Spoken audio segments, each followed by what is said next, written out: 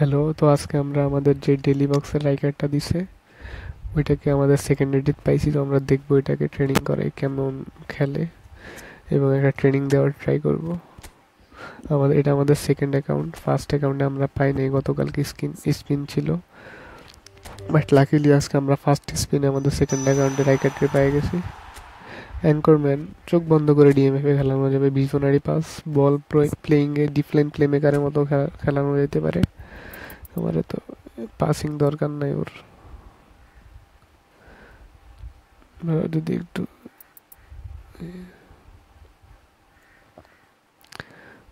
Dribbling start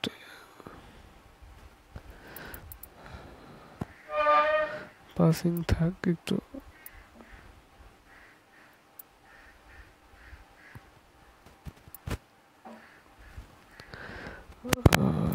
defending এ তো না দিই আমরা,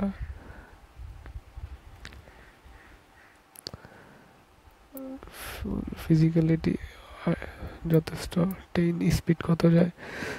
স্পিড এখানে 84 83 যাইতেছে। আমরা একটা যদি শাটডাউন মারতে পারি তাহলে 84 স্পিড যাবে। 84 নর্মাল একটা মাইরে দেখি। বুস্টার ক্যাপ্টেন 12টা আছে, নর্মাল একটা দিয়ে দেখি। ওয়াও, শাটডাউন হয়ে গেছে, যেটা দরকার ছিল ওইটাই গেছে।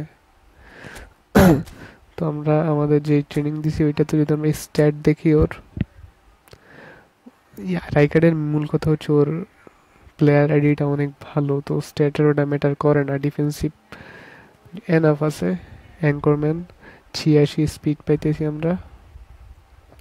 Physical contact 95। ফিজিক্যাল কন্ট্যাক্ট আমরা কমাইতে পারি, স্পিড আরেকটা বাড়াই দিতে পারি।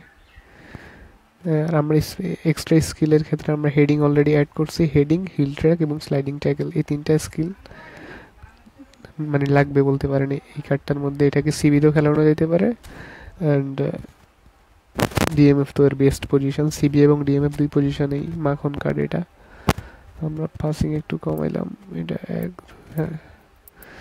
স্পিড আমরা ডাবল বাড়াইছি, স্পিড 85 দিছি, যেহেতু গেমে বর্তমানে স্পিডের মেটাটা খুবই ইম্পর্টেন্ট। তো আমরা একটা গেম খেলে দেখি কেমন খেলে রাইকার্ড।